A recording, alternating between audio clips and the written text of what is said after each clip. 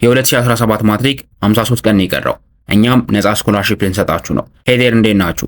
2017 ማትሪክ የምትፈተኑ ተማሪዎች እንደምታውቁት ማትሪክ እየደረሰ ነው። 53 ቀን ኤግዛክትሊ የሚቀረው የሚቀየር ነገር ከሌለ ዝግጅታችሁን ቆንጆ ማድረግ አለባችሁ። በደንብ መስራት አለባችሁ። አሪፍ ፕሪፓሬሽን ከምን ጊዜም በላይ የምታደርጉበት ጊዜ መሆን አለበት። ነገር ግን በዚህ ጊዜ ብዙ ተማሪዎች ብዙ ስህተቶችን ይሰሩና ከዚህ በፊት የለፉትን ነገር እንዲሁም ደግሞ አሁን በሚቀረው ትንሽ ጊዜ ውስጥ የሚሰሩትን ልፋት ውጤታማ እንዳይሆን የሚያደርግባቸውን ስህተቶች ይተገብራሉ ወይም ያደርጋሉ።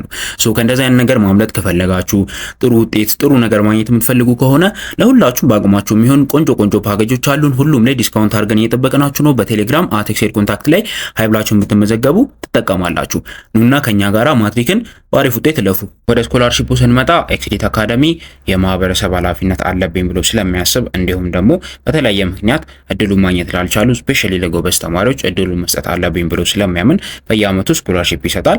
ላስት ይር 15 አካባቢ ተማሪዎችን ፎር ፍሪ ስኮላርሺፕ በማግኘት የኛን ሰርቪስ በመጠቀም ዝግጅታቸው ላይ ልፋታቸው ላይ የሆነ ቫልዩ አድ አድርገው የተሻለ ውጤት የተሻለ ነገር እንዲሰሩ ለማድረግ የምንችለውን ሁሉ አድርገናል። ልጆቹም ተጠቅሙበታል። ይህንን እድል ለዘንድሮ ተማሪዎችም ልናመጣው ነው ማለት ነው። ኤክስሌት አካዳሚ እያደገ ነው።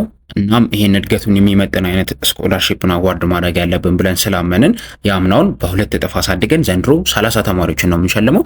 30ዎቻችሁም አሪፍ ነገር ያላችሁ የተሻለ ሆናችሁ የተገኛችሁ አፕላይ ከሚያደርጉ ሰዎች ውስጥ ማለት ነው የምትሆኑት። እና ደግሞ ዘንድሮ አንድም ነገር ጨምረናል። እሱም ምንድነው ስኮላርሺፕ የሚሰጠው ጎበዝ ተማሪዎች ሆነው በተለያየ ምክንያት መግባት ላልቻሉ የመክፈል አቅም ለሌላቸው ተማሪዎች ነው አይደለ? ጎበዞች ናችሁ ማለት ነው። ጎበዝ ከሆናችሁ ደግሞ የሆነ የምታውቁት የሆነ ቫልዩ አድ ማድረግ የምትችሉለት ተማሪ አለ። ስለዚህ ምን እናደርጋለን?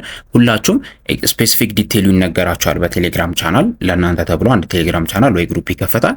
ከዛ በኋላ እሱ ላይ በእርግጠኝነት ቁጥሩን እርግጠኛ ባልሆነም የማትሪክ ጥያቄዎችን ሶልቭ አድርጋችሁ አሪፍ ፈተናው ላይ ይመጣል ብላችሁ የምታምኑትን መርጣችሁ ሶልቭ አድርጋችሁ ትልካላችሁ። this is one of the criteria ከውጤት ከምናምን ውጪ ማለት ነው። ይሄን ደግሞ የምናደርገው ለምንድን ነው? ሌሎች ተማሪዎችንም ማገዝ አለባችሁ። ስፔሻሊ የኤክስሌት አካዳሚ አባል የሆኑ ልጆች ከእናንተ የሆነ ነገር ማግኘት አለባችሁ። እናንተ እዚህ ጋር ፎር ፍሪ ስታገኙ ማለት ነው። ደግሞ ከእናንተም ብዙ ጊዜ እንዳይፈጅባችሁ ብዙ ጥያቄ አናደርገውም አናበዛውም። ትንሽ ነገር ነው የምትሰሩት። እንደዛ አድርጋችሁ አፕላይ ታደርጋላችሁ። ያሸነፉ ተማሪዎች ስኮላርሺፑን ያገኛሉ። እንዲሁም የምንሰጠው ጊዜ ደግሞ 3 ቀን ብቻ ነው። ዛሬ፣ ቅዳሜ፣ እሁድና ሰኞ። ዛሬን አንቆጥረውም። ዛሬ ጀስት ግሩፕ ላይ የምንገቡበትና ብሪፍ የምናደርግበት ይሆናል። ከዛ በኋላ ማክሰኞ ጠዋት ጀምሮ ስኮላርሺፑን ያገኙ ተማሪዎች ወደ ስራ ሁላችሁ ማለት ነው። ጊዜም ከእናንተ ስር መውሰድ አንፈልግም። ፎከስ አድርጋችሁ ወደ ትምህርታችሁ ነው የምትሄዱት። በእርግጥ ቶሎ የምታደርጉትም የማትሪክ ጥያቄ ስለሆነ ለፈተናችሁም ያግዛችኋል። እንደዛ አድርገን ማኔጅ የምናደርግበትን ወይ ኤቭሪቲንግ ዲስከሽኑን እንልክላችኋለን ግሩፕ ላይ። ከእናንተ የሚጠበቀው ምንድነው? አሁን ኮሜንት ላይ እና ዲስክሪፕሽን ቦክስ ላይ በማስቀምጠው ሊንክ ግሩፑን ጆይን ማድረግ ነው። የተማሪዎች ስኮላርሺፕ የሚፈልጉ ተማሪዎች ጥሩ ውጤት አለኝ ጎበዝ ነኝ መወዳደር ፈልጋለሁ የምትሉ ሰዎች የምትገቡበት ግሩፕ ማለት ነው። ከዛ ላይ የምትባሉትን ነገር መተግበር። ከዛ በኋላ ስኮላርሺፑን ባሉን ፓኬጆች ላይ በቁጥር እያስገባ እንሄዳለን። ያው ትልቁ ላይ አነሳለ ከዛ ቀጥሎ ያለው ላይ ትንሽ ከፍ ያለ ከዛ ደግሞ ተለቅ ያለ ቁጥር ወይም ባላንስ ለማድረግ እንሞክራለን። እንደተሳትፏችሁ ለሶሻልም ለናቹራልም እኩል ነው ድሉ የሚሰጠው።